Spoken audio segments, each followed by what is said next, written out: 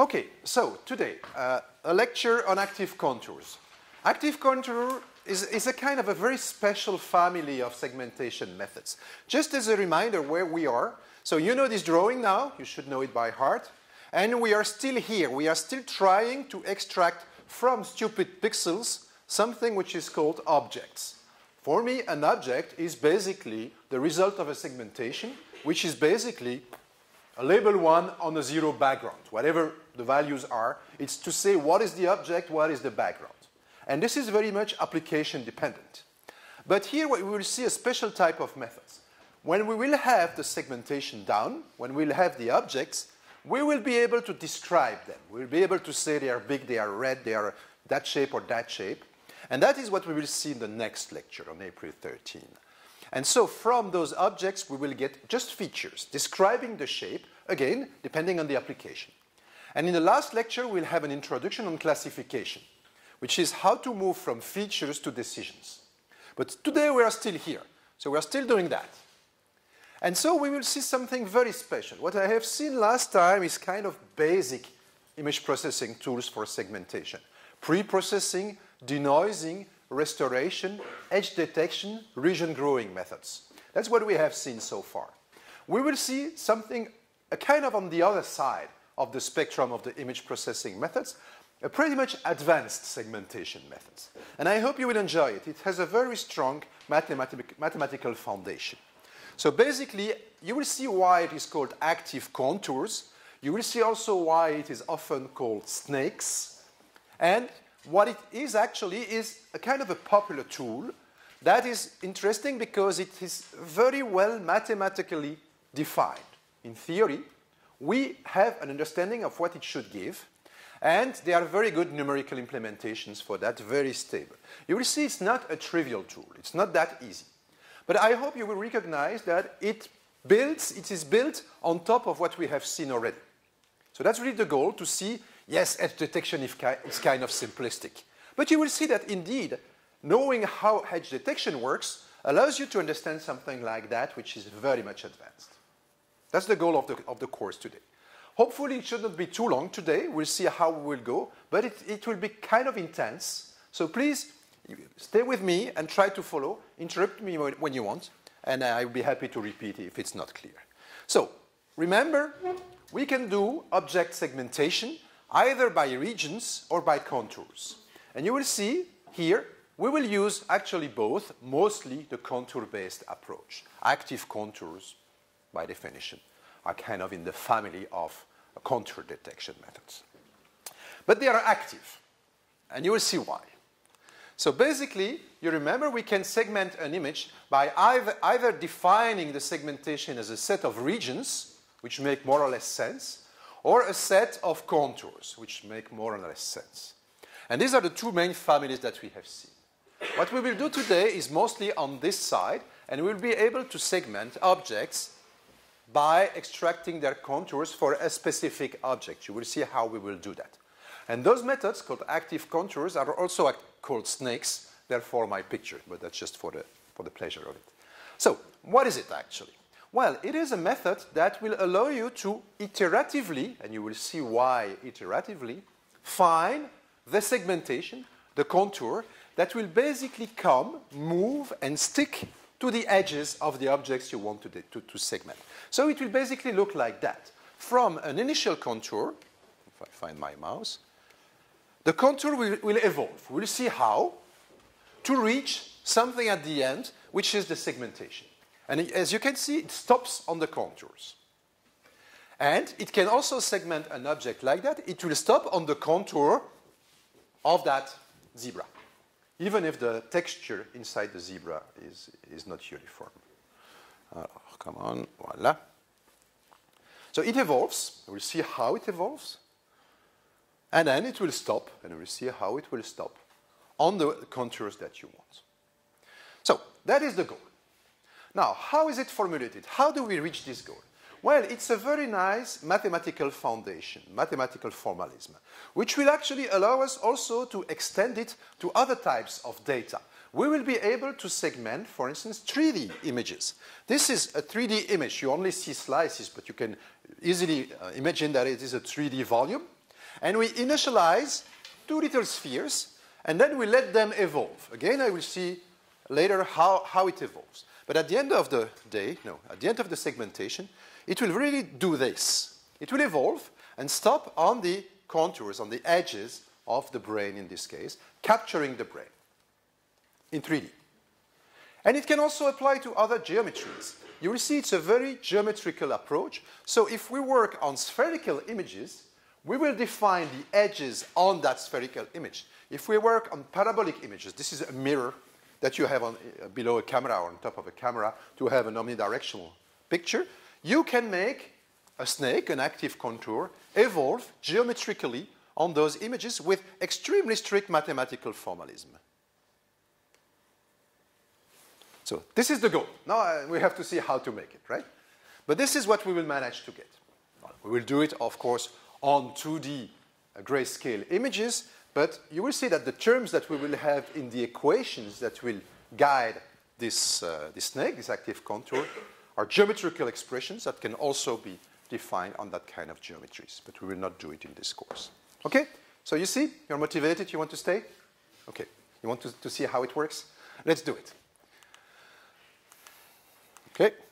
Alors, I will see different models. I will go from the simplest to not really the most advanced, but I will go progressively in complexity and historically. You see, it's not that young. Well, you are young, and this technique is young as well. Let's say it like that. But it's not that young for an image processing technique. Those guys are very famous, by the way. They are known in the community, and they are still very active. So, what is it? We are going to try to find a curve. What is a curve?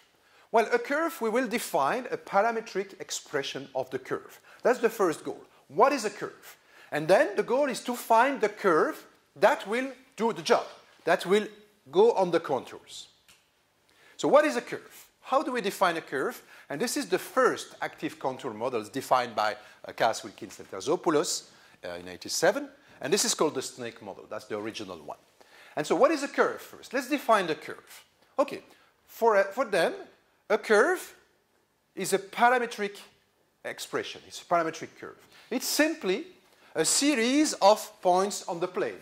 Point 1, point 2, point 3, point 4, point 5, point 6, point 7, and so on. 1 is x of 1, y of 1. Second point is x of 2, y of 2. So it's basically a series of points indexed by a variable going from the first to the last. Okay, I said 1, 2, 3, 4. They say here from 0 to 1. But it's a parametrization. You just say it's a list of points indexed by a variable p going from the first one to the last one. So it's basically this. Okay? The curve as a parameter p, c of p, is a set of points going from p equals 0, blah, blah, blah, blah, blah, blah, blah, blah, blah, till p equal 1, with their value xy, the value on the point, the coordinates of the point. So this is my parametric representation. And my goal is to find what is the best curve that will segment my object. So the unknown is the curve, okay? Represented by this parametrization, okay? And now, if I go back to my previous images, let's say to this one. The goal is to find not that curve, but the curve here. So what we will say is, okay, what is the curve that minimizes an energy? We will have an energy formulation. Each curve, this one and another one, will have attached to them an energy, depending on their position in the image and their shape. So this curve has an energy, and the final curve has another energy. And I will design myself the energy. As an image processing kind of expert, whatever it means, I'm allowed, well, those guys were allowed to design the energy for each curve, and they design it such a way that this energy will be minimal when the curve will be where I want.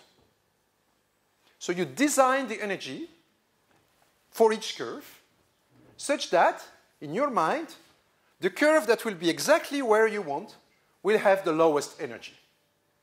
And then the rest is easy, because when you have, for each possible curve, an energy, your goal now will be to find what is the curve that minimizes this energy, and that will be your solution. So the trick is to define the energy correctly, because after that you will do a lot of mathematics that you will see to find the curve that minimizes the energy. The unknown being the curve, the energy is given, it's an equation, and I have to find the curve that minimizes this energy. Okay? That's the goal. So let's see how Kaswitkins and Terzopoulos define their first energy term. The energy is the energy of a given curve. You give me a curve, I will give you its energy, such that at the end, we will find the curve that minimizes the energy. And what they said is, okay, let's define the energy such a way that it will do the job. And they said it will have two terms. First, the energy is an integral over P. Yes, it's calculated all along the curve, obviously.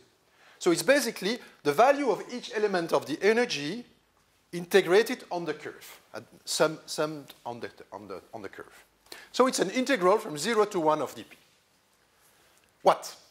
Well, they said two terms. What they called an internal energy and an external energy. They are two very different terms and very interesting. Remember, the minimal curve, the curve that minimizes the energy, should do the job of segmenting.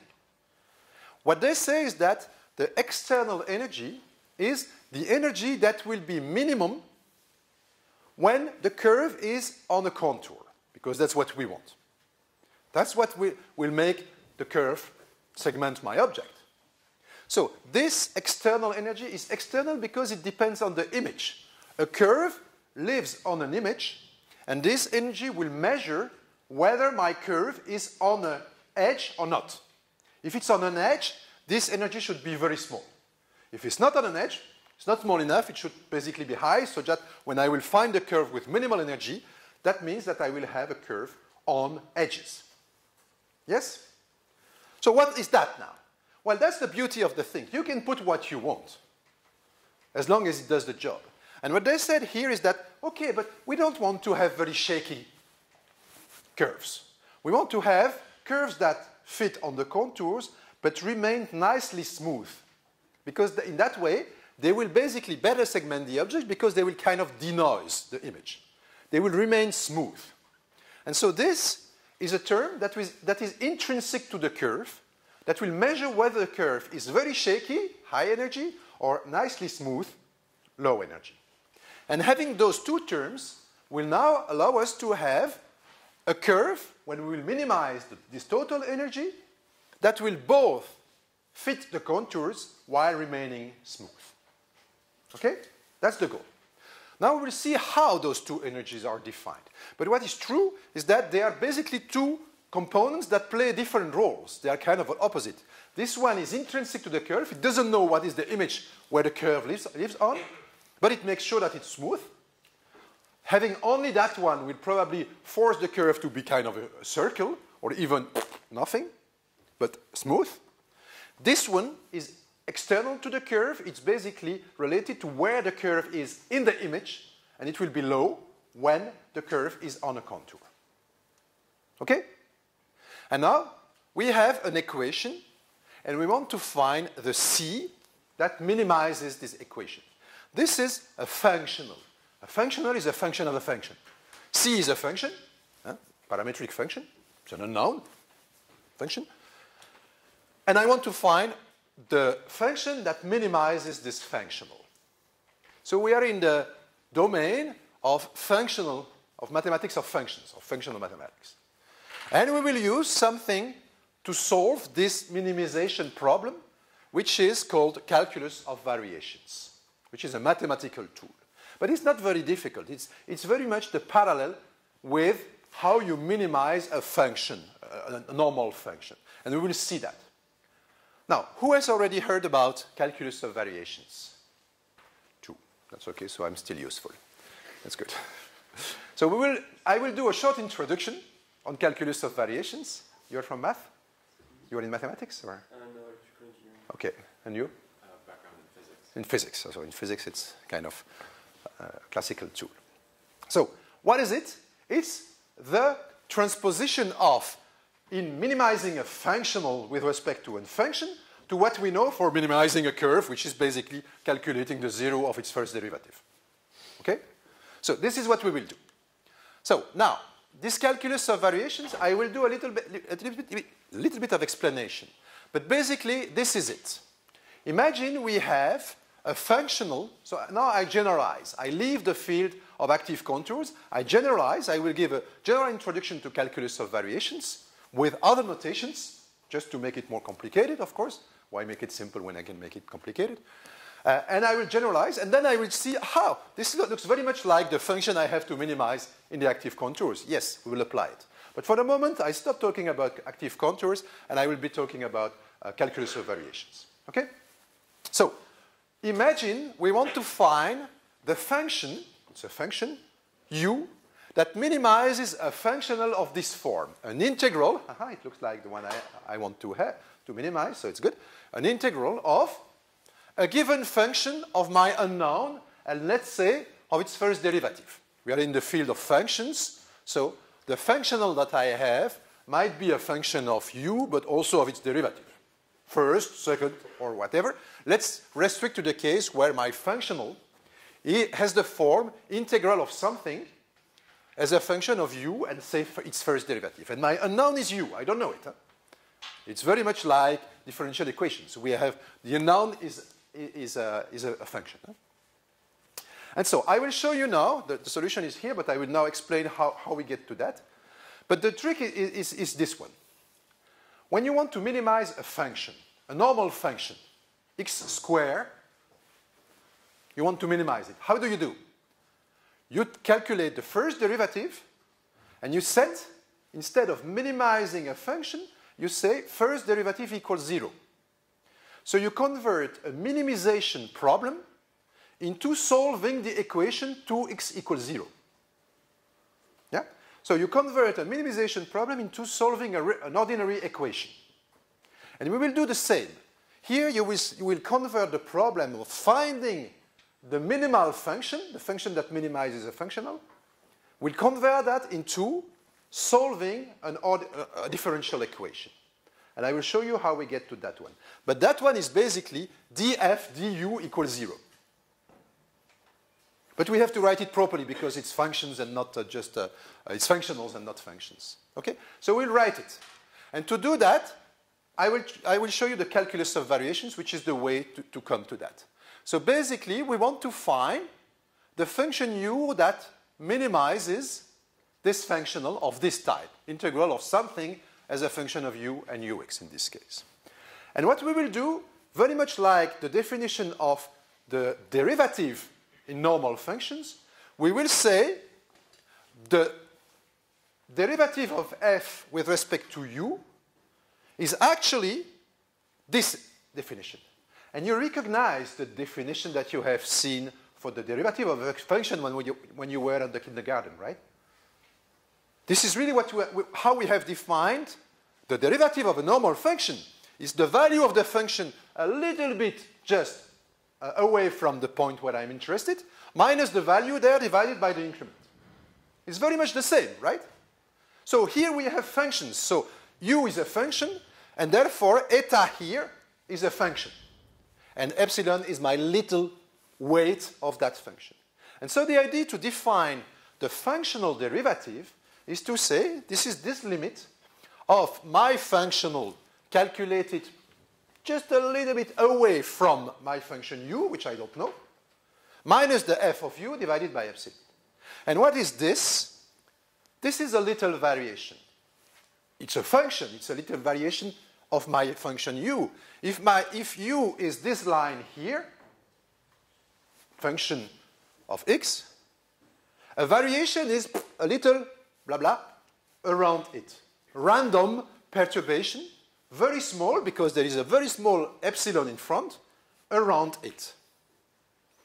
And now I will try to calculate in an analytic form this limit. And this will be my definition of that. And then I will say this equals 0, and that will be my equation that I have to solve to find the minimum. And this eta is any, I don't impose anything on eta. It's just a variation around. And around means I just impose two things. I impose that eta of A and eta of B are equal to 0. I just want this variation to stick to the curve on the two extremes. Because otherwise it's not a variation, it's anything. But here I want just the eta to stick on the curve means that eta of A and eta of B equals 0. And when I add them to U, at the 2 points A and B of my integral, they will stick to the curve at least. The rest I don't care. They should be randomly any variation that will be made extremely small thanks to eta, and that will be the definition of my derivative. Okay? So now let's see how we will derive this expression. And to do that, I just want not to use the board, so I have no slides for the next 10 minutes or so, and I will write it on the board. Just to give you a little bit added value to be here as compared to those who will see us on the video and not see what I will run, or barely. So we want to calculate that. And so, it's good that you take papers. Well, you can read on the video as well, probably. So I want to write this expansion, this variation. So I will write f of u plus epsilon eta, with the eta being this little variation. And so this is f of u calculated at u plus epsilon eta. So this is the integral between a and b of f of u plus epsilon eta ux plus epsilon eta x being the first derivative. Okay? You can see it? So my function f calculated a little bit further away from u is this. Is the integral of f of my new point and of its derivative, naturally.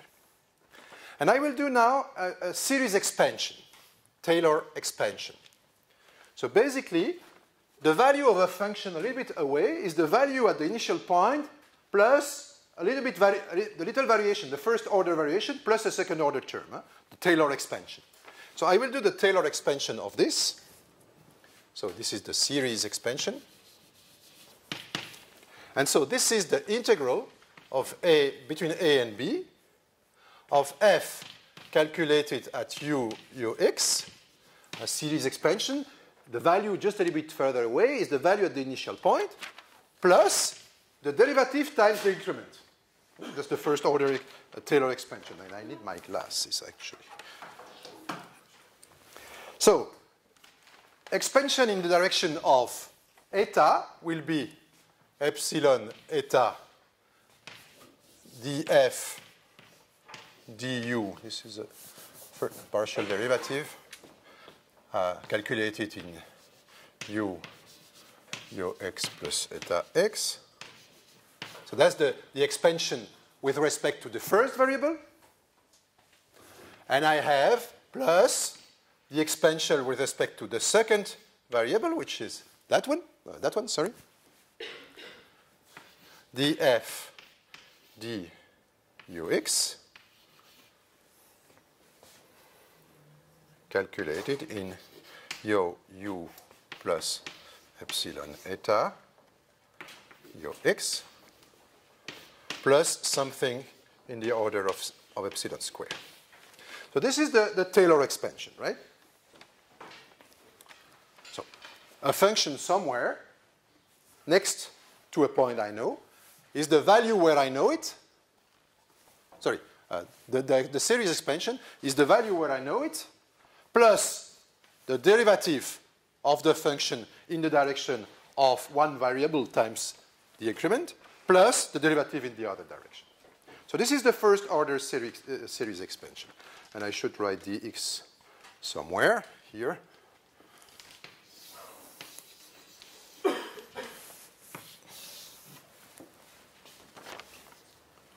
And of course, when I will calculate the limit when epsilon tends to 0, this term will become negligible.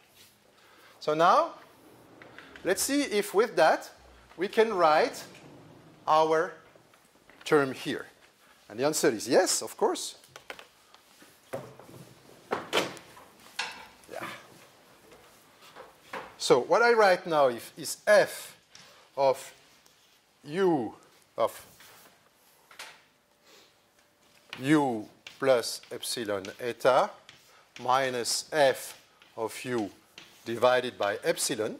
And I take this, and I subtract f of u, which is this term.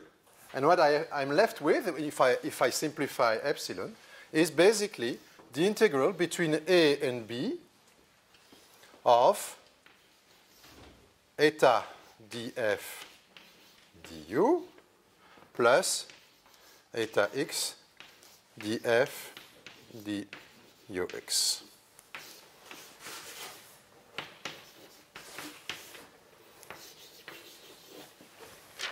Okay, so I'm left with this and this.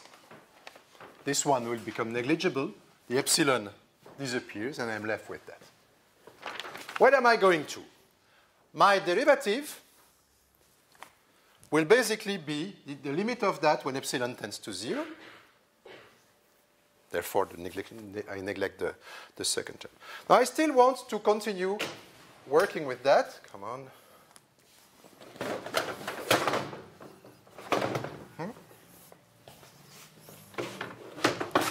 Voilà. And so I want to work further on calculating this integral. And that becomes a little bit more tricky. And I will tell you how we can do it. I will not let you find it yourself, but you see, it's not that easy. You just have to see it. We have to calculate this integral. And what you see there is that is the integral of derivatives and functions. So integrating something which is a function of a function and a derivative is something you might have already seen. Do you remember a kind of a family of methods to calculate integrals where you have a function and its derivative inside? Does it ring something familiar? Yes? Yeah? IPP, integration by part. Yes, you remember integration by part is this tool where you basically have the integral of something where you see a function and its derivative, and there is a trick to do it. Kind of? Yes? You remember? So now I will remind you what it is, and then we will use it, okay? So I'm obliged to write on this side of the board. I'm sorry because of the camera. So I will have to do it as good as I can. Yeah, that's not easy. So I will basically write it here as soon as I can.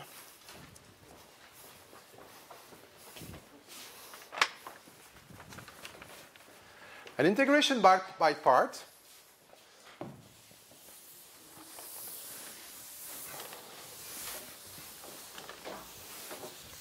is actually easy to remember.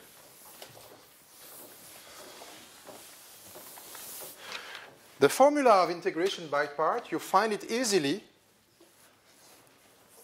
by this way.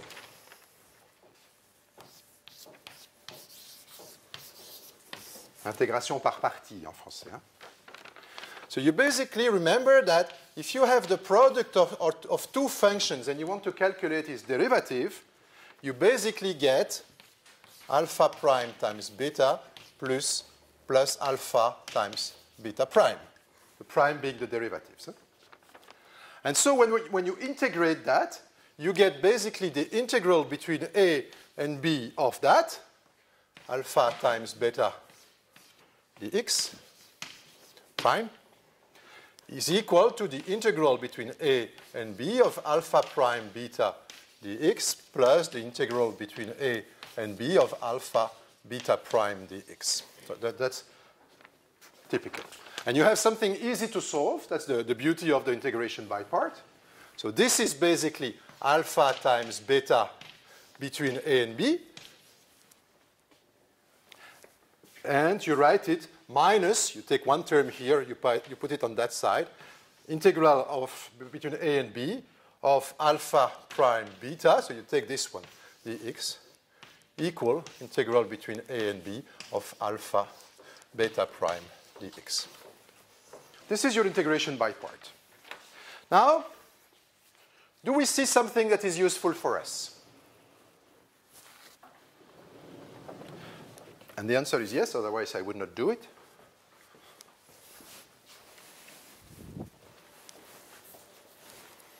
Let's say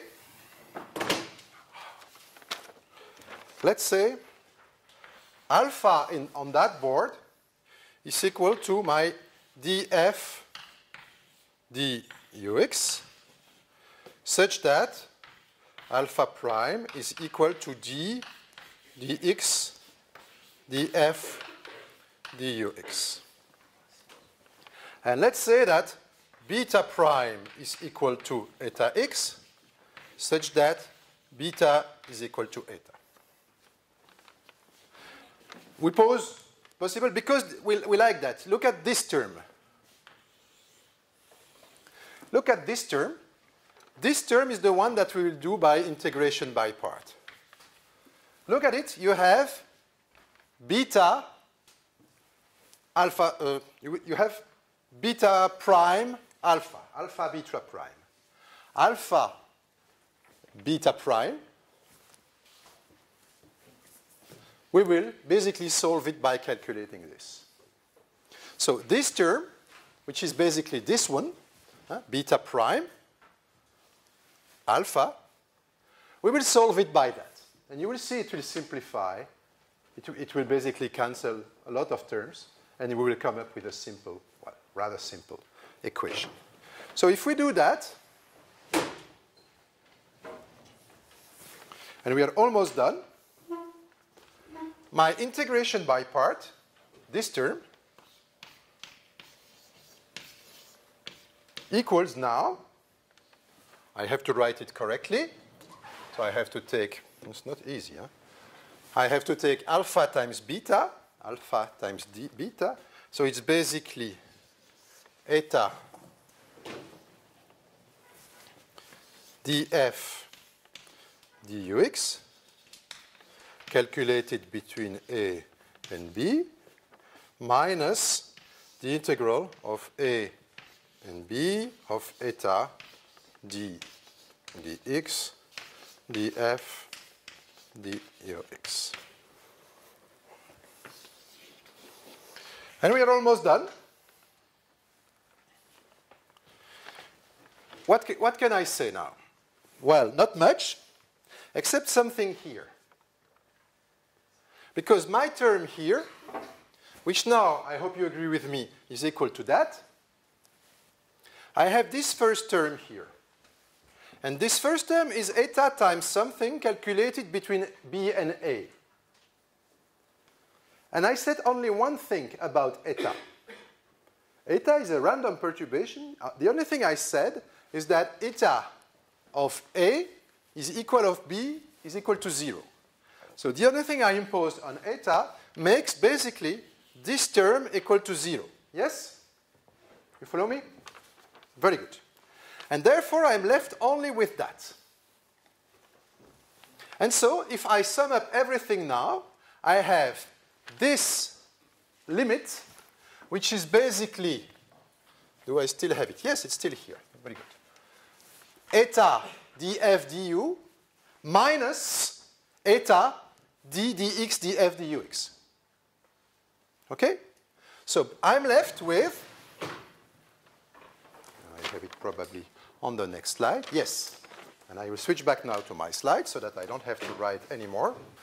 With my integration by part, I managed to transform this definition of the derivative into eta times df du.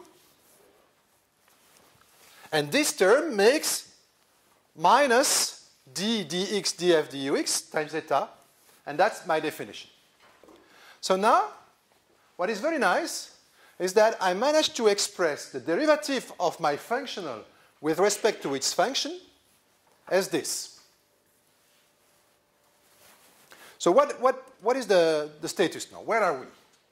Well, we are basically at a point where we have defined what is the functional derivative of a function. Of a functional, with respect to a function u. And now what we want to say is, okay, I want to find the function u that minimizes capital F, and I will say simply, this is the function u that will make its functional derivative with respect to u equal to 0, very much like the normal function. And so, imposing that this is equal to 0, the only way to make this integral equal to 0, knowing that eta can be anything, it's a variation, is just to say this has to be to 0. This has to be 0. This term has to be 0. And so, minimizing the functional f with respect to u equals solving this differential equation.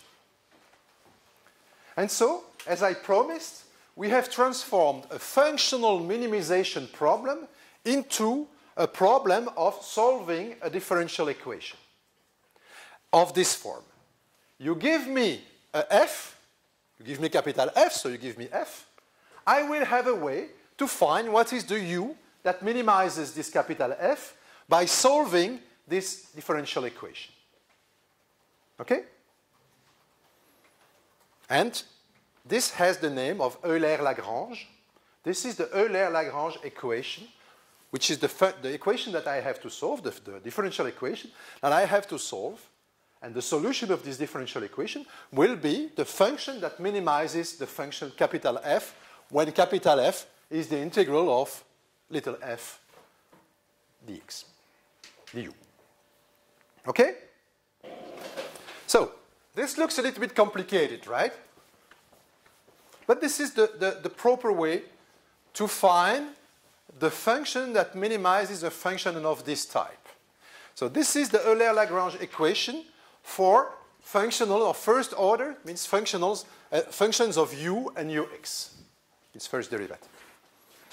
So now I just want to finish before doing a first break, and I think we all deserve a break, by giving you a simple example. And this simple example, I should again use the board, not a good idea.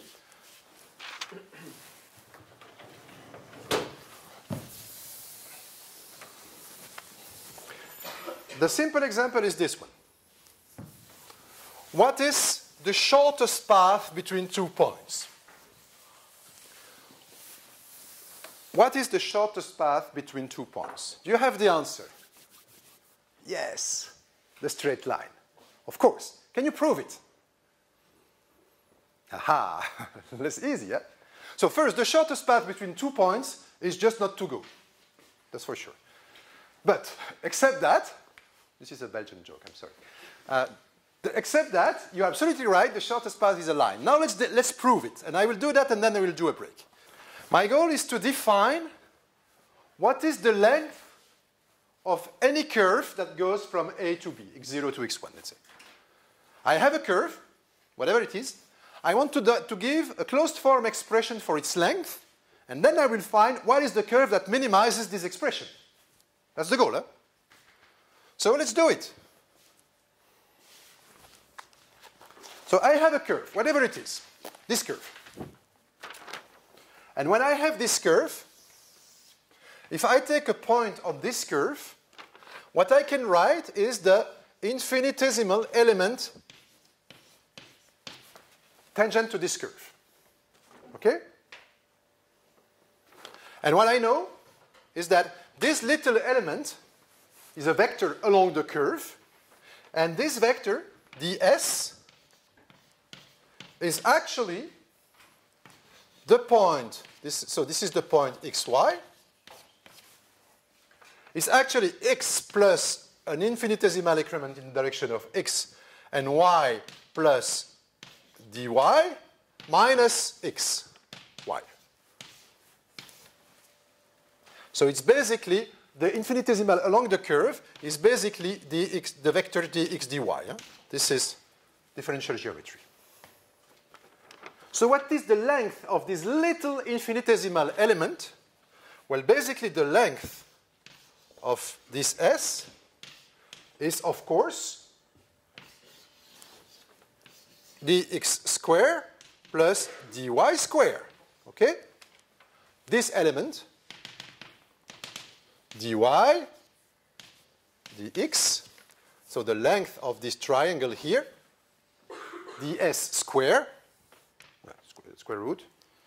So ds is the square root of, which I can also write as dx square root of 1 plus dy over dx squared.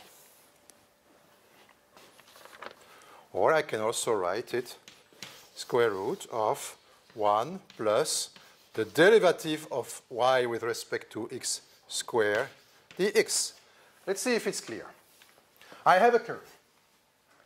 I use an infinitesimal element along the curve that has, it is a vector of coordinates dx, dy. dx is the incremental element in x. dy is basically along the curve. So basically, this is the curve y of x. So basically, my infinitesimal element is dx, dy. Its length is obviously this. And if I write it correctly, this is also square root of 1 plus the derivative of y with respect to x dx. Now it becomes interesting because I try now to find what is the curve that minimizes the integral of that along the curve.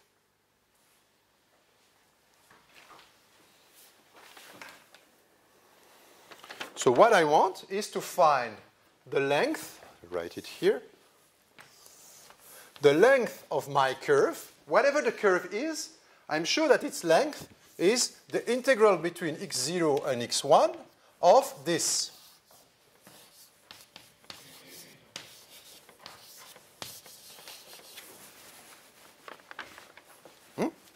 Each element contributes to the length, and this is it.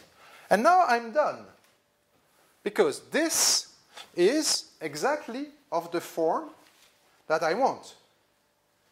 This is exactly of the form integral of a function of my unknown and its derivative.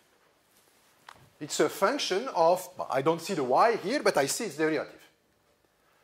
So it's really like the integral of something, the something being square root of 1 plus square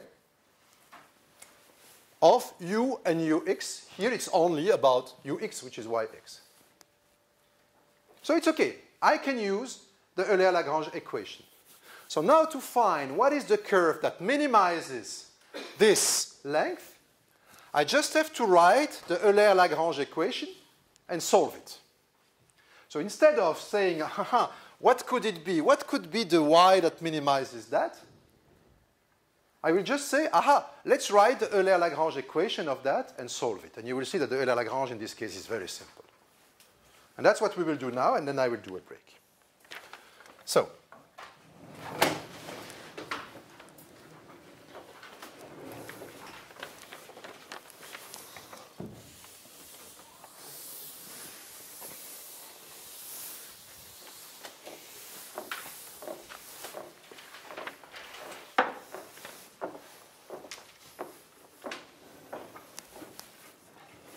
so this is my function capital F.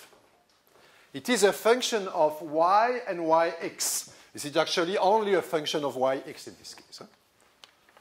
So I can write it, and I will calculate first the partial derivative of f with respect to u. F is what? What is f? Little f? That, just that. Huh? So what is the partial derivative of this with respect to my unknown, which is y? The first term of the Euler-Lagrange equation, 0. There is no y in this equation. There is only for the first derivative. Now I have to calculate this derivative of this partial derivative. So let's first calculate the partial derivative. df dyx. Okay, the derivation of a square root should be feasible.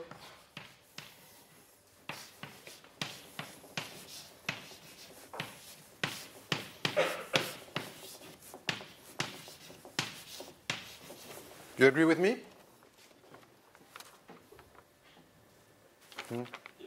Derivative of the square root, right? And I write it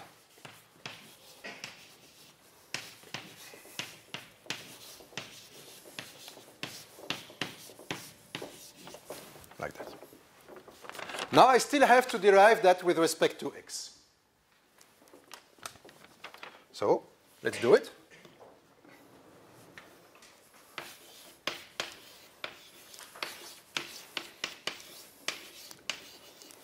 Wow, it's a bit long.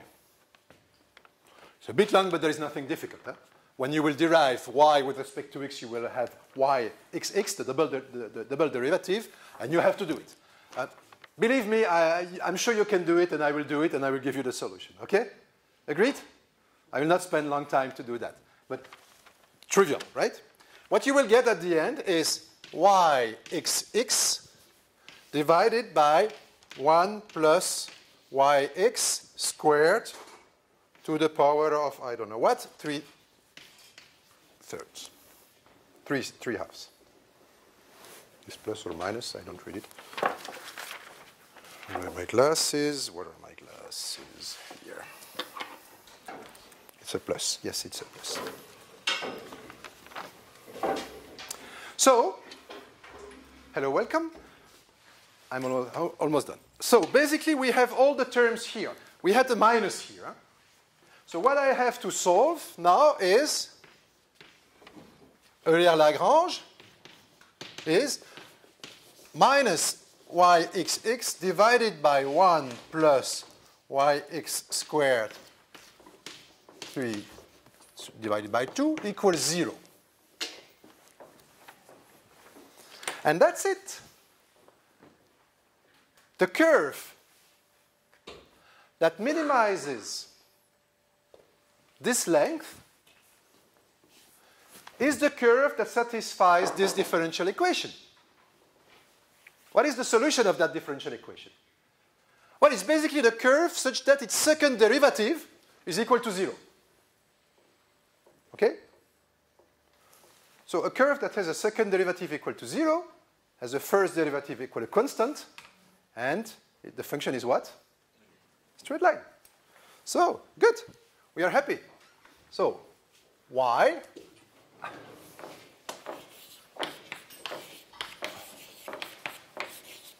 is the straight line, and I have to find a constant such that it fits the two extremal points. And so for those who just arrived, we just proved that the shortest path between 2 points is the straight line. Yes. So welcome. You learned something.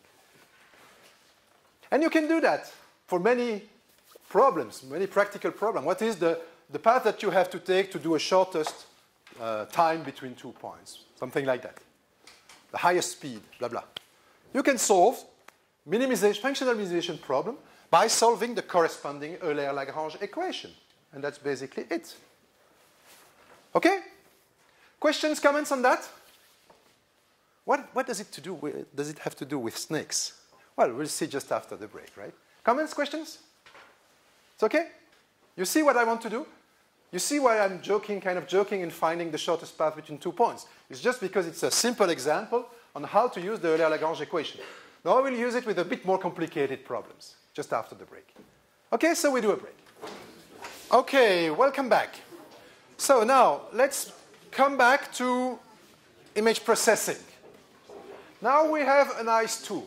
We have a tool that allows us to find the function that minimizes a functional of a certain type. And now we want to apply it to our active contours. So basically we repeat, what is the functional? This is the functional. What is the unknown? This is C. And now this is little f. This is capital F in my active contour, in my calculus of variation framework. So now, let's go more in the details. Again, let's try to see what Kaas, Witkins, and Terzopoulos defined for those two terms. And when they will be defined, we will be able to apply the Euler-Lagrange equation on it and find a solution. Okay? I will go a little bit faster now, because this is straightforward application of what we have seen. So I will not go in all the details of the calculations, otherwise we will not be done on time. But you will see, you will recognize kind of simple derivations, hopefully. Not so simple. Here is what they have defined, because they are good guys, as the energy. Remember, we have to define the energy in two terms. One that will be minimum when the contour will be, when the active contour, when the curve will be on the contour, and the other which will be minimal when the curve is nicely smooth. And this is what they have done. First, second. Let's look at that one first.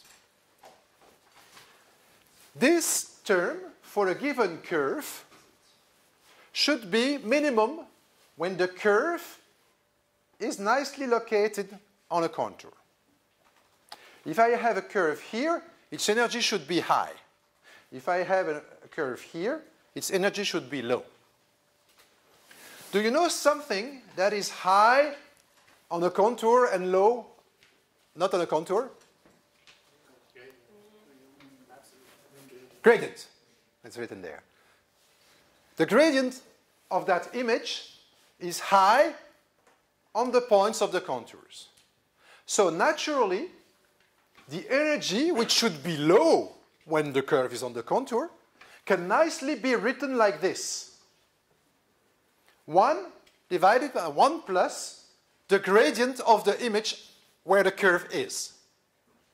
So what it does basically is it calculates, it takes the image, it calculates its gradient, and then it calculates 1 over the gradient, or 1 over the gradient square. And there is a 1 plus here to make sure that when the gradient is 0, there is no infinity. So the 1 plus here is just to rigorize the problem, just to make sure that it doesn't go to infinity. But with this, it means that when I will have a curve somewhere here, the g will basically be 1 over r. The gradient here is 0, obviously. So basically, this function is big. It's 1. When I will be on the contour, the gradient being high, the value of the curve, when the curve will be on the contour, will be something small. This term will become big, and it will become close to 0. So this g, which is a function of the value of the image, actually the value of the gradient of the image, where the curve is, so it's a function of the curve, is the energy that I will be calling the external energy. And I will find the curve that minimizes this g. So this term here, okay, it's g squared, whatever, is the integral on all the curve of this g along the curve, at each point of the curve. So it's basically the sum of the values of that at each point of the curve. So if the curve is on the contour, it will be the sum of a lot of small values. If the curve is not on the contour, it will be the sum of values that are high, it will be high. And so finding the curve that will minimize this will basically find the curve that fits on the contours. Is that clear? So G is basically an edge detector. It's actually 1 over an edge detector, up to an approximation. Okay? This term looks more complicated, but it is not. It's actually the first and the second derivative of the curve, which is a nice way to smooth the curve. Basically, the second derivative of the curve is the bending. The first derivative of the curve is the elongation of the curve. It's the difference between 2 points. So basically, writing that like this makes sure that the curve will remain as compact and smooth as possible. When you will find a curve that will minimize those two terms, it will be a curve that is compact and smooth. You intuitively see that? Why is it the first and the second derivative? Okay, let's forget about that. Trust me, intuitively, you agree, it looks like something that will smooth the curve. Okay? So, now I have them with weights. How to find the weights, blah, blah, blah. It's a long debate, but okay. And so, this energy is the energy that I want to minimize with respect to C and when I will find the C that minimizes that, I should get the right curve. Nicely smooth, but on the contours. Is it okay? And now the rest of the next slides will just be how we do that in practice, numerically. And I want to say that this model, the first active contours, is not used anymore, but I want to show you how it was done at that time. There are more elegant ways to do it now, but you will recognize things that you know. So now we have the functional. Now we want to find a curve that minimizes this function. So we want to write the Euler-Lagrange equation, right? We have a function of the curve and of its derivative. Okay, bad luck, it's also a function of its second derivative. So we use the Euler-Lagrange equation. And trust me, the Euler-Lagrange equation, when the function is a function of the unknown, its first and its second, it has an additional term, which is logical. Huh? So that was, the one that we have seen before was when we have only a function of x and its first derivative. If there is a second derivative, you also have to do a Taylor expansion for the second derivative term, and it adds a term in the Euler-Lagrange equation, obviously. I don't demonstrate it. But obviously, you can recognize that if I identify this as being f, my Euler-Lagrange equation, I have to calculate it. And now you look at that and you say, okay, let's do it. What is the derivative of f being this, with respect to c, to Cp, and to CPP? And then I write it correctly, and I get my Euler-Lagrange equation.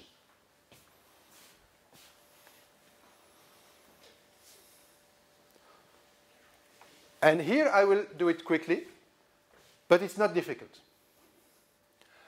Calculating the derivative with respect to c, you see that there is no c here. There is no c here, there is only c here. Right? So those two terms basically go to 0, and the derivative will be basically the derivative of that. And the derivative of that with respect to c is basically the derivative with respect to x and to y, because c is, remember, the x and y's. So basically, it will be the gradient of that. And I go a little bit fast, but I think intuitively you should recognize that the derivative here, that I have here, is simply lambda times the gradient of g squared. And the rest is even more simple.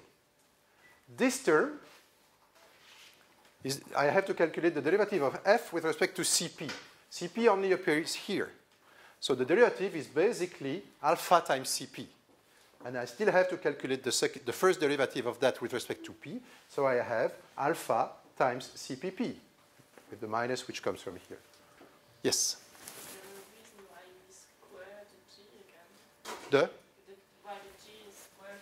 Because it's squared there. Squaring the definition with the gradient. It's there. Oh, yeah. No, it's just to make it positive always. Because it's already my yeah, I know. the gradient. Makes things simpler here. No reason. And if you have to calculate that, it's simple also, because the derivative with respect to Cp will be exactly 2 beta Cp, and I have to calculate the second derivative, so it will be 2 beta, and the 2 will disappear, so beta times fourth derivative of C. Fourth derivative, but still. So do you see what I'm doing here? I have my f function, and I just calculate the Euler-Lagrange equation of that, and this is what I have to solve. So now my problem is to find, very much like here, what is the curve that satisfies this differential equation. And now you can either solve it analytically, good luck. Here it was easier to solve it analytically. Here, so when you cannot solve it analytically, what do? You solve it numerically. And so you take your course of numerical calculation, I don't know how it is called in English, and you go how to solve a differential equation. And in this case, it's pretty simple, because what you recognize here is that you have the second and the fourth derivative of the curve already like the term, very much like here, it's quite simple. So what you will have basically, so remember that the curve C is actually the vector of x and y, x, y, x, y, x, y, x, y. So basically, this Euler-Lagrange equation, if I write it for x and for y, is basically minus alpha xpp, xpp, and for y the same. And I have this, which is a function of the curve. And I have to solve those two equations. Unfortunately, they are not linear because I have x and y here in C in both terms. But I can solve it. One way to solve it is just to say, okay, let's do it numerically. And let's say, okay, let's approximate the first, the second, the third, and the fourth derivatives of the curve by their finite difference. So the approximation of a first derivative of the curve along the x direction is basically the difference between two consecutive points divided by an increment, the space between them. This is the finite difference approximation of the derivative. I do the same for the second and the fourth. And now if I do that, look at what I have to do. I have to find what is the series of x and the series of y's, so the curve, all the x and all the y's, such that each point minus its predecessor plus its successor, whatever, plus minus its neighbors, has to be equal to something which is also a function of x. So basically, I have to find all the vector x and all the vector y such that simple difference between each x and its neighbors, its next neighbor, its second neighbor, it's on the right and on the left, satisfy some conditions. So basically, what you have to find is to solve this. Unfortunately, it's not a simple linear equation because I have this term, but it's not that difficult. What you get is basically, you have to find what is the x such that here, this is basically for each x the sum of its neighbors for each of them. So it's a series of equations. And there is this term, which I called f. And so basically what you end up with is a big matrix, which is the one that calculates the difference between the different x and the different y's, is basically a pentadiagonal matrix with -1, -2, with basically those coefficients in it, which is the matrix that basically calculates the difference between the neighbors plus that is equal to be 0. Same for y. I have to find the long vector y such that A, this pentadiagonal matrix, times y plus something equals 0. And I have to solve this system. And that you do with how you want. You take your course of numerical calculation. You iterate to find the solution of this system. You start from a vector and you iterate. So basically, that's what it does. And so, that's exactly what the snakes will do. It will start from an initialization of x, and by numerical calculation, will basically iterate to solve this system. And this is why it looks like the curve moves. Because each iteration that you see when the curve moves is actually each iteration of solving this system. Each iteration gives you another value for x and y until it solves the system. And when it will solve the system, it will find a solution. So I will stop now and see if it's clear. It's fast. I don't ask you to get all the details. I just ask you to be able to read it again and understand later.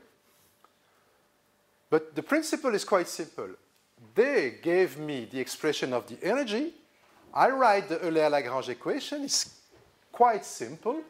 And then I solve it numerically. And solving a system like that is an iterative process. So I initialize x and y somewhere. This gives me an initial curve. And I iterate to solve this numerically, and it will solve it. And that's why it looks like the curve moves. Okay? Questions, comments? It's okay? Yeah. Is it proven to converge? It will converge somewhere because this is a gradient descent, basically. It really evolves to minimize the function. So it will find a solution. The question that you probably have in mind is it the only solution? Is it the absolute minimum of the energy? And the answer is probably not. Because solving that will basically iterate from an initial curve to the one that will basically solve that is to the one that will minimize the energy. And it's not necessarily the best curve. It might be the closest. But at the end, it does the work. From an initial curve, it gives me this segmentation. Okay? You might say, what is this little link there?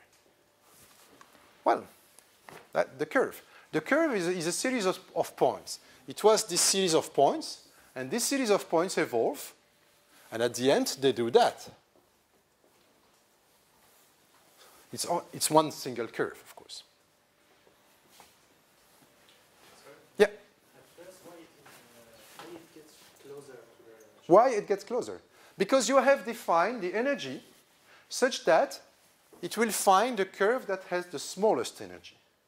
And so here, the energy is high because the gradient is low, and the energy is 1 over 1 plus the square of the gradient. And the curve is like that. So basically, that's not a good energy. So it will iterate to find the smallest energy. It will iterate, solving the system that we have seen before, which is a way to minimize the energy. And so it will evolve.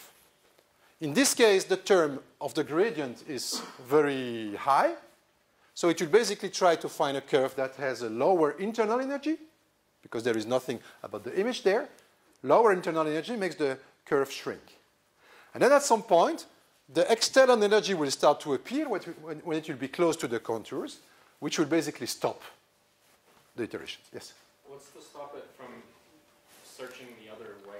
Because in the internal energy, this is basically the first and the second derivative of the curve. And the first is basically related to the length. So basically, minimizing the internal will try to find the curve that is the shortest and the most smooth. It will not blow up. And if I have no image, it will basically shrink down to 0. But here it will shrink until it finds something which will basically stop it. Because at some point you will have a very high gradient, means a very low energy, it will be happy. And if it goes beyond that, the energy will grow again. Yep? I think it should diverge this algorithm because at first every pixels are White? white, yes. Yes. And if it's bigger and bigger, the curvature gets smaller and smaller. Yes, but the length becomes bigger and bigger. But we don't have the length. Yes, we do. We do. We do. The first derivative gives you an idea of the length.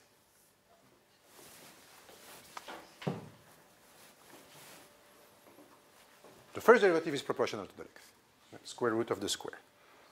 And it's normal because the first derivative is basically approximated by the difference between 2 points. You want to minimize the derivative, you want to make the points closer to each other.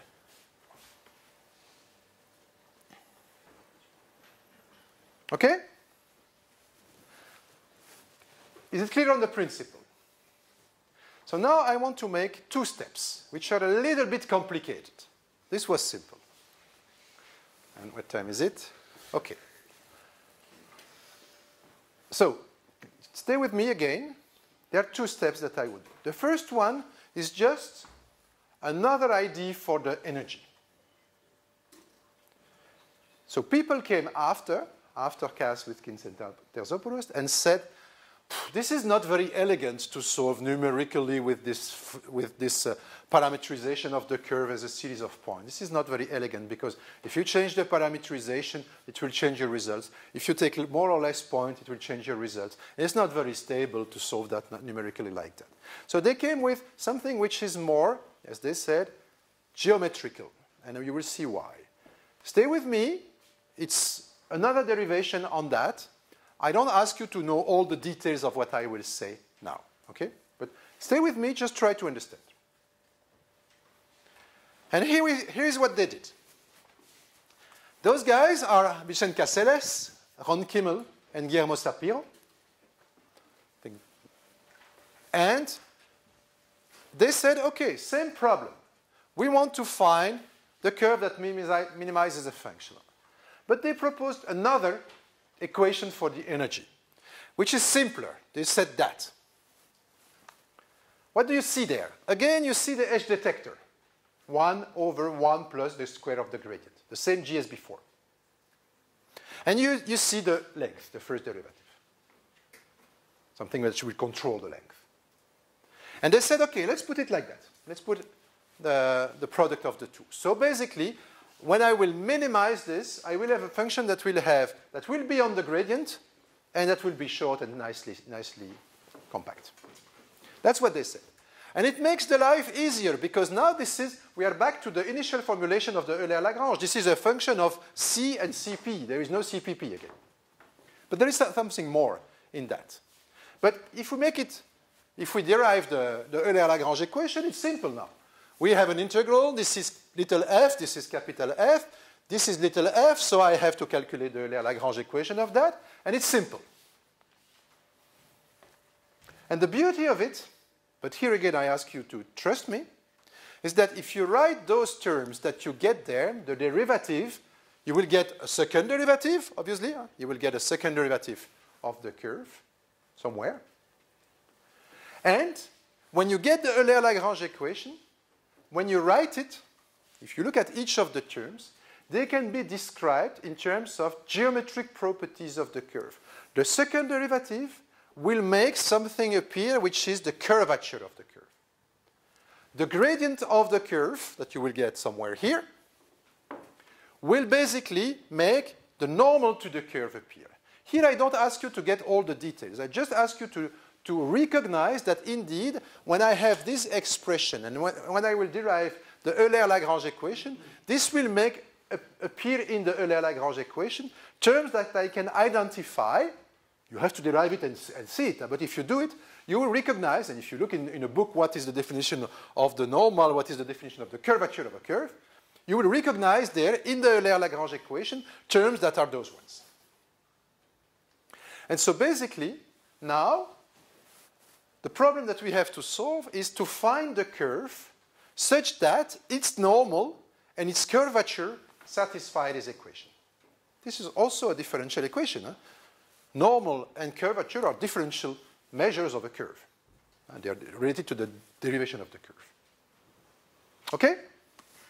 So this is another version of the active contours with another Euler-Lagrange equation that we have to solve. I don't say now that it's simple, but it is more elegant because for each curve, whatever the parameterization that you choose, if you want to define your curve by points, by spline or whatever, you can always calculate its normal and its curvature. It will always give you the same equation finally. It doesn't depend on the parameterization that you choose. So it's more elegant. Okay, now, what do we have? We have another model with another Euler-Lagrange equation that we have to solve. So that's what I wanted to say about the second model, which is called the geodesic active contours. And now I want to see a third element of this theory. So I have the Euler-Lagrange equation. I know that I can solve it numerically and so on. But I want to see another piece of theory to move ahead. And this is another way to solve that. Again, you can solve it analytically if it's simple. You can solve it numerically by solving the system of equations that I have seen before. It's not very elegant. But actually, how do you solve a differential equation normally? You solve it by something which is called gradient descent that you have seen probably in your courses. I just want to remind you what is gradient descent to solve an equation or to find the minimum of an equation. If we have a normal function, not a differential, if we have a function, finding its minimum, you can do it in two ways. Either you calculate its derivative and you solve the equation first derivative equal to 0, or you do a gradient descent. You go progressively, one point after the other, downwards the gradient towards the minimum. Is it familiar to you? Are you familiar with that? either you do it analytically, I solve what in my case will be the differential equation Euler-Lagrange equals 0. Euler-Lagrange, because Euler-Lagrange is already equals 0. Or I do it iteratively by gradient descent. And the gradient descent is I start from an initial point, for the case of the function, and the next one will be the previous one minus a step downwards the gradient. Downwards, there is the minus there, the gradient. A step. Yes? So you introduce an artificial time variable which will iterate, which will allow you to iterate downwards the gradient. And when it will converge, it will reach the minimum of your function.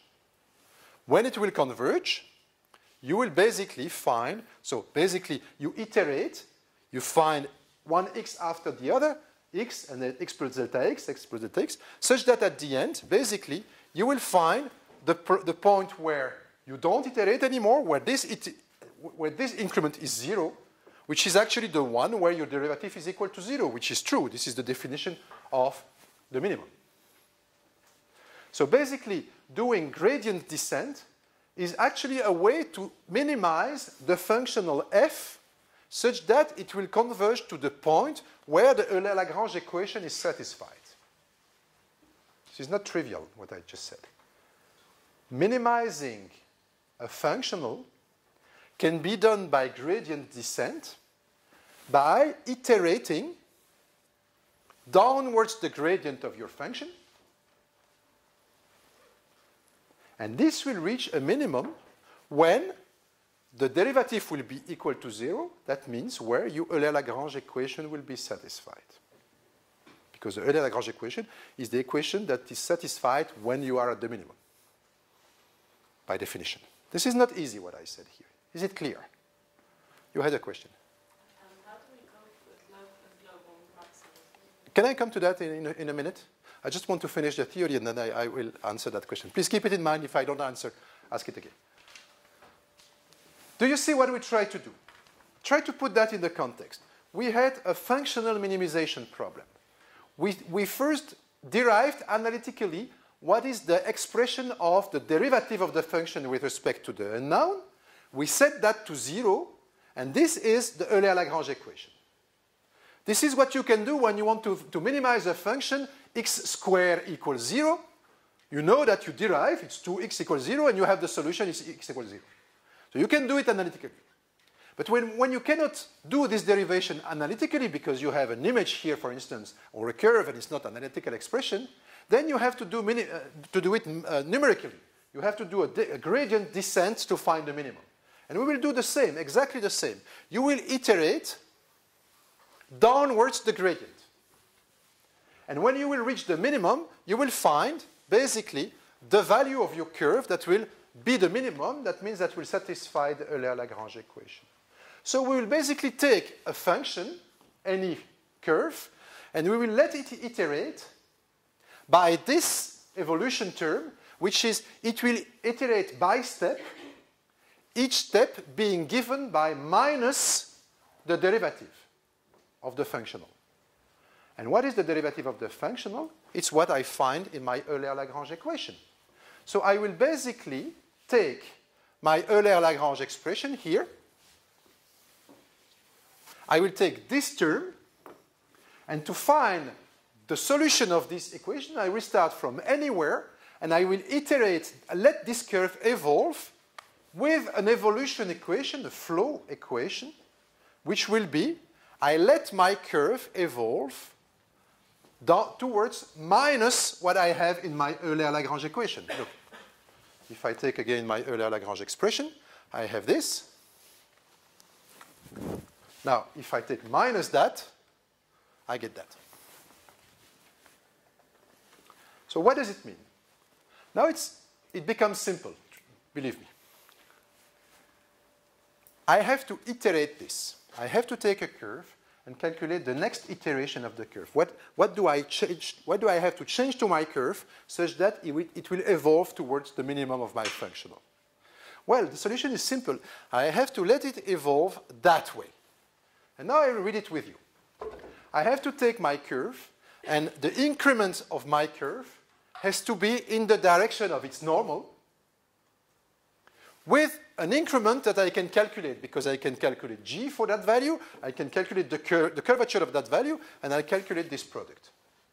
So basically now it becomes very visual, very geometrical. To find the best curve, I start from somewhere and I calculate the little increments.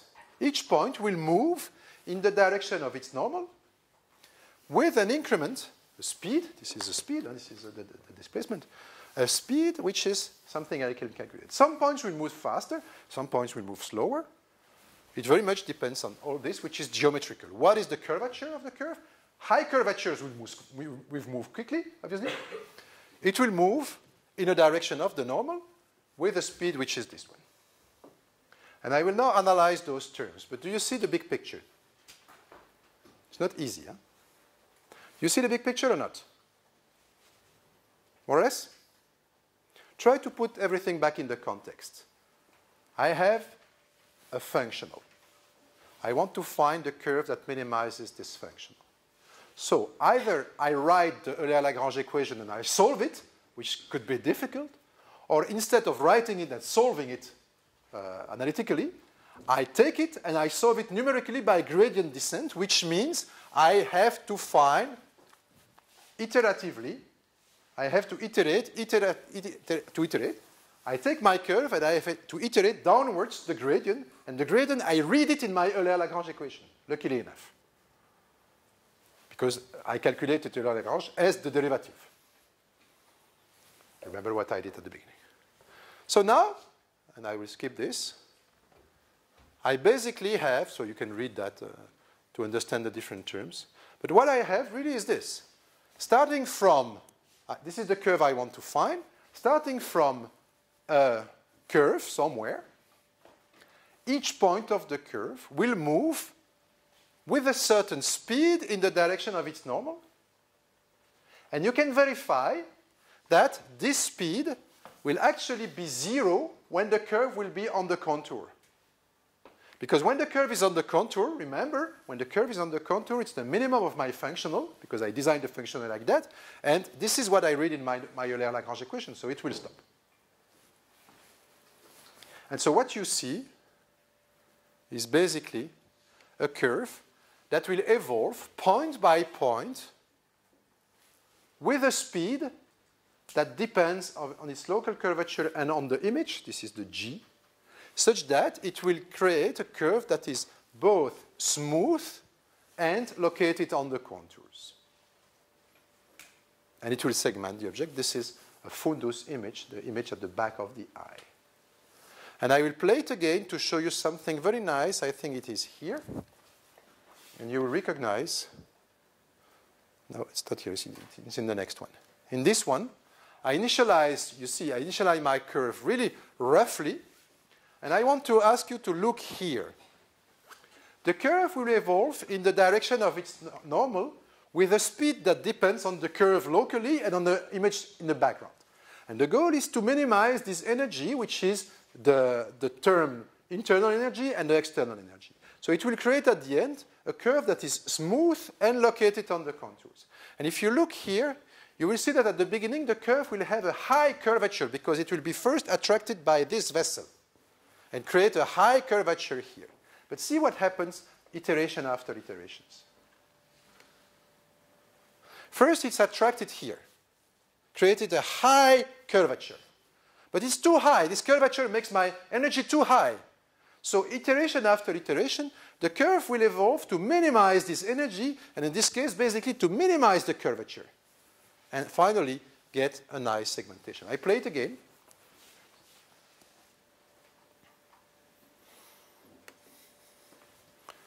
First, it was attracted by the contour, obviously. But this creates something that it cannot accept. The importance of the curvature is so high here that minimizing it means coming back to a smooth curve. Okay? Yes? But what if you want to identify a small object? Yeah. So obviously, and this is actually related to your first question also. Here, the question is, how you define your energy. You define it in such a way, in the first formulation there were weights. So you can basically weight whether you want to favor the image or the smoothness. In this case, you cannot. So you get something, and you have to hope that it is what you want. Now, whether it will find this big object or a little object in the middle is actually related to your previous question and to your question. I don't remember which one. You do a gradient descent. So basically, you start from somewhere, and you go downwards your functional to find the minimum. And the problem is that you will stop when you find the first local minimum. If your energy has a lot of local minima, you start from somewhere and you will go downwards the gradient to find the first local minimum. So, answering your question, if you want to find a small object, what you have to do is to initialize close to it. And it will basically catch it. If I initialize here, it will catch that. But it's probable that if I initialize it about here, it will catch this little spot. So this is a real problem in those methods. The functional is nicely defined, but the way to solve it is local. It is attracted by local minima. That's clear. And there are works and researches to overcome that. So this is not necessarily easy what I'm explaining here. I really would like you to read it again and to see if you see the logical steps, what we are doing. How we define the energy, and then how we solve it. Analytically, fine, for simple cases. Numerically, fine, by gradient descent. And by gradient descent, you basically go downwards the gradient of your functional that you can actually read in your Lagrange equation. Read that again. Try to understand and ask questions if you wish, when you want. Questions now? This is not easy, I agree. Yeah. In previous slide, we had a weight for. No, it's not. Correct. Yeah. We had a weight for lambda for. Correct. Curvature. By changing the lambda, I think we can. Absolutely. In that formulation, you can really play with whether you want a very smooth curve, and the risk is that you will basically skip the object, or you want to really favor the objects, but the risk is that you will remain trapped. If I apply the first model on this image, it's very likely if I put the alpha and beta to 0, that I will basically get all those details here, all of them nicely segmented. If I increase alpha and beta, I will get a smooth curve. Yeah? And how can I use this method, for example, to identify more than one object? Yes. That is exactly the next slide. So what we have here is, indeed, still a method that will capture one single object, or at least if we have two of them, if we have two objects in the image, I go back to some previous slides. If we have two objects, it will do that. So, what I did now is to find a kind of an elegant way to express the energy and to solve it in a geometrical manner. The curve evolves perpendicular to it, parallel to its normal, so along its normal, with a speed that depends on its geometry and on the image. And now the next question is the question asked by your colleague, and this is just the last part of my course, so thank you very much. We prepared that very nicely. Thanks. How to solve the question of segmenting several objects and having curves that will basically split into two pieces. Because here, so far, I have no way to split my curve. I have one curve, I let it evolve, it will give one curve. And I get one curve. This is one curve, even if there are two objects. There is nothing that allows me to cut. I have to take, I don't know what, and say, okay, too bad, the contours are too close, I have to split them. That's too complicated. I will not do that. So the last part of the course that I want to see now, and if you allow me, I will take 15 minutes to do that, and the course will be done. So if you agree, we do like usual. I don't break, I run, and I finish before. You agree? Yeah. It was a tough course, huh? Allez, last effort, please. I would like you to see the beauty of what we will see now. And the goal is really to solve what I have described just now, answering the question of your colleague. the problem that we have is really that those curves cannot split. So one single curve, it evolves, it remains one single curve. Now, there was a fantastic idea proposed by a fantastic guy. This guy is Stan Osher. I'm lucky enough to know him personally. Stan Osher, professor at UCLA, proposed a fantastic way to cope with that. He said, in the formalism that we have seen here, the curve is defined parametrically, one way or another. It's a series of points or a series of splites, whatever, in the image plane. This is this, okay? And he said, yes, but maybe we can come with another definition of exactly the same curve. Why don't we say that the curve can be described by an implicit representation? Let's say that instead of saying the curve is all the points expressed parametrically, let's say that the curve is all the points that satisfy a certain expression. Why make it simple when we can make it complicated? But it's not so complicated. Remember, a circle has this equation, right?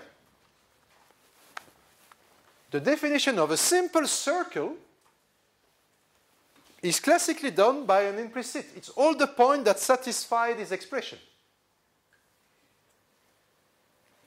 And if you want to describe the equation of a circle, you can say, yes, for the upper part is the square root of blah, blah, blah, and the lower part is the square root of blah, blah, blah. But generally, we say a circle is the point that satisfies this. So having an implicit expression for a curve is not unusual. You can say that, indeed, or it has the parametric representation by sinus and cosines, or it has an implicit representation. No problem with that. It looks a little bit more complicated, but at the end, it's not more complicated. Now, here comes the beauty. So, my curve now is all the points that satisfy a certain expression. And so, instead of saying my curve is all those points, now it is my curve is all the points such that a functional phi is equal to 0. So, if my curve is that in the plane of my image, with the implicit representation, it's actually the series of points such that a level set function is equal to 0. So I have a function in a higher dimension, and all the points at level 0 are the points of my curve. This is my curve because this is all the points that are at level 0 of my functional phi. The functional phi has values. For every x and y, it has a value. And all the points that makes this functional equal to 0, all the 0 level set of my functional is actually my curve. So you see two representations of the same curve. One representation in the plane, and one representation in a three-dimensional, in this case, space, where the values of where the curve is actually all the points where the value of this function is 0. The 0 level set. So this is called a level set method because the curve is not represented parametrically, but as the 0 level set of a higher dimensional function. Why is it nice? Well, it looks complicated, but now imagine that instead of letting this curve evolve in the image, you let this surface evolve in the 3D space. And at each time point, you look at the 0 level set. The 0 level set being your curve. If at some point the curve evolves that way, for instance, the middle of the curve goes down, your 0 level set will split in two pieces. Automatically, you don't do anything. The 3D curves remain one single surface, but its 0 level set splits. Okay? So you would manage to get several objects, that was your question, by letting evolve a single surface and looking at its zero-level set. And that was the brilliant idea. Instead of representing the curve in the plane, represent it implicitly, let that function evolve, and just look at the zero-level set at every time. And that will be the result. Now, the last trick was to ensure, to calculate or to derive, what is the evolution equation that you have to do for your phi function, such that at each iteration, the zero-level set follows the original equation, of course. You still want to do that, of course. You still want to have your equation to follow that expression. So the zero-level set, has to evolve like that because you wrote it like that. And so the last question is, what is the flow equation, the evolution equation of phi, such that its zero-level set will follow that? And that was the proposition of Stano-Scher. And it can be written. It's not easy, but it can be written. You have to follow. If you want C to follow a certain equation, you have to have phi follow a related expression. I don't go into details. I just want you to see the beauty of it. You want to solve C evolves in a certain way. C evolves that way as a function of the normal. V, the speed, being whatever you want. And what Stano-Scher showed is that if you want your curve C to evolve that way, just build a higher dimensional function such that the zero is C, let it evolve that way in the direction of its gradient with the same speed. That's the beauty of it. And it will do the job. So if you want to solve the geodesic active contours, just let phi evolve in a way that you can calculate. I don't give the details, but again, it's a flow equation. You can let phi evolve in the direction of its gradient with a speed that you can calculate at each point. So that was the last part and the most complicated, I believe. But I really would like you to see the beauty of it. Let's see it visually. You have your curve, and you want to segment those two objects. That is exactly what he said. I want to catch two objects. These are the two objects you want to segment. Okay, trivial case, whatever. So you start by initializing something, whatever, a circle, a square. And if you do the classical geodesic active contours, it will do the job, but there will remain a link here. Now I do exactly the same. Same speed, same flow equation, except that I write it in the level set formalism. So I basically built a function, let's say a pyramid, for instance, such that the value at level 0, some values are negative, some values are positive, and at level 0, it is my curve. And instead of moving each point of that curve in the direction of its normal with the speed that I can calculate, I let this curve evolve in the direction of its normal with the speed that I can also calculate. And I will do it. This is a movie. And you will see each point will move, and at each iteration, the surface will deform with a speed that is controlled by its geometry, its curvature, its gradient, blah, blah, blah, and by the image, the G function. And it will evolve. And at each iteration, I will display the corresponding zero level. And see what it does.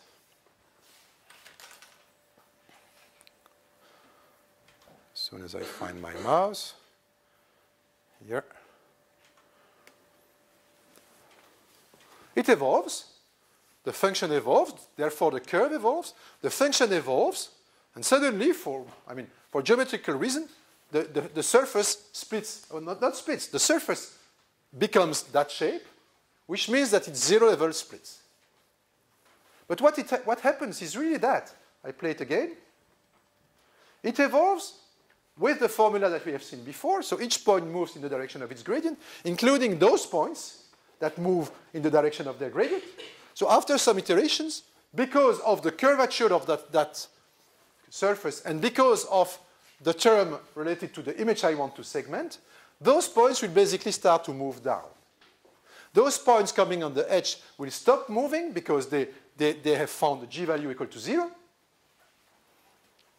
Yeah, small enough at least. And so basically those points will not move, but all the other points will keep moving. And at some point, those points will become lower and lower, will go below 0, which will automatically split my curve in two, but I didn't do anything for that.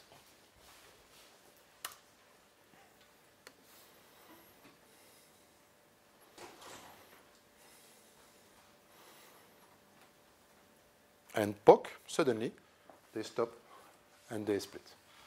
So, what is the level set? It's just a nice way to handle topographic changes, topological changes. It doesn't change the evolution of the curve. The curve that you see here evolves exactly the same way as if you would do the evolution of C itself. Except that at some point you would keep a link, and here the link will disappear. But the evolution is exactly the same because the evolution of that is designed such a way that C evolves the same way as we want. And so it works, and it gives very good results. You will make those little objects disappear, and you can apply that to different objects. Imagine here now, we initialize like that. You imagine that you have your pyramid of values, which is your phi.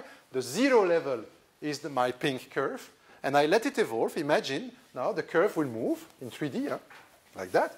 And so sometimes it will basically segment out those objects. So you really see the value of the curve going down, the phi function going down, down, down, and passing below the board. Yeah? Is this method more susceptible to noise? To? Noise? No, this is exactly the same. So the evolution of the curve here by the level set is exactly the same evolution as the geodesic active contours. It's not more or less robust to noise. The evolution that you see here is, by definition, the same as you would do if you would implement the flow equation of C itself, except that it handles changes. But to stop it from, so let's say we have this image, except it's sprinkled with like salt and pepper noise everywhere. Yeah. To stop it from identifying like... Right, okay. If you mean, yeah, okay.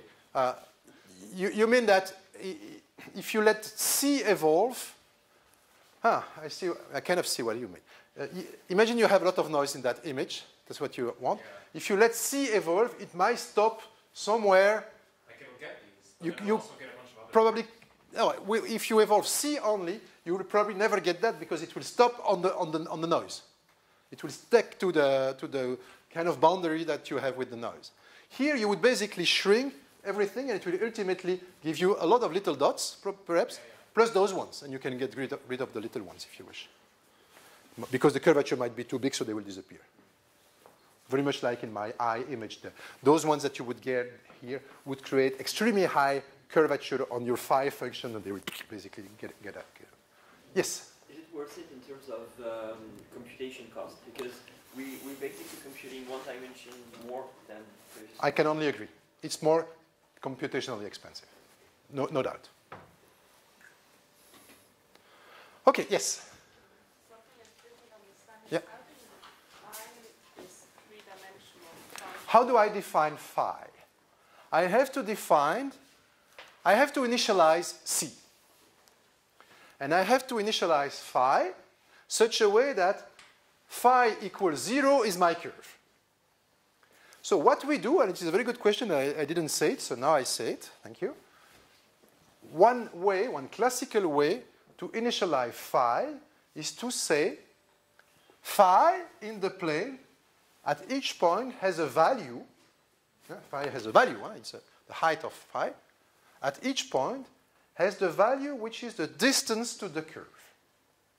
So if you initialize the curve like that, you create your initial phi as a distance map. The value of phi will be high here. We'll have a peak. Lower, lower, lower, lower, lower. 0, negative, negative, negative, negative. This is called a signed distance function. A distance function with a sign. And it does the job because the distance, this being a distance function, so the distance between each point and the curve is the value of phi. And so obviously, the value of phi on the curve is the distance between the phi and the curve on the curve, which is 0. So basically, initializing phi as a signed distance function that you can basically see as a cone. Huh? Or in this case, it would be a kind of a pyramid, rather. Will do the job, because obviously if you initialize it like that, the 0 level is by definition your curve, because it's the point where the distance to the curve is 0. So it's your curve. So you really initialize that like that, as a pyramid, a signed distance function. And then you take it and you let it evolve. At each point of that curve in 3D, you calculate its normal, its gradient, the g on the corresponding point, and you let the equation run iteration after iteration with the speed that you can calculate. I didn't derive that for you, I just gave you the result. But you can implement that, it's very, very easy. It's straightforward to calculate the orientation of the curve, the speed, and to let each point evolve. That's very simple. And you let it evolve. At each point, you look at the 0 level, and at the end, when we stop, it will be, the 0 level will be your solution. And it's very elegant. Okay? So, that's what I wanted to say today. I understand that it was a little bit a heavy lecture. I don't ask you to know all the details. But I really ask you to read again and try to see the big steps. What are the different blocks that I have seen and why I have seen them? Why did I see the calculus of variation? Why did I talk about gradient descent? Why do I talk about level sets? These are the kind of questions I might ask you one day or another. I will never ask you what is the Euler-Lagrange equation for blah, blah, blah. Certainly not. But I want you to understand, if you have the slides, how we go from that to that, or why we go from that to that. This is typically what I would like you to remember. What is the basic philosophy? I describe a curve one way or another, either explicitly or implicitly. I assign a function, which is an energy, to each curve, and I find the curve that minimizes this energy one way or another. That is the basics of active contours. Each of those steps, I have seen different variations, and I hope you will put that in order. Questions, comments? I think we all deserve lunch, and probably we all deserve an Easter break. So I wish you a very good last week and a very good Easter break, and we will see you just after the break. See you.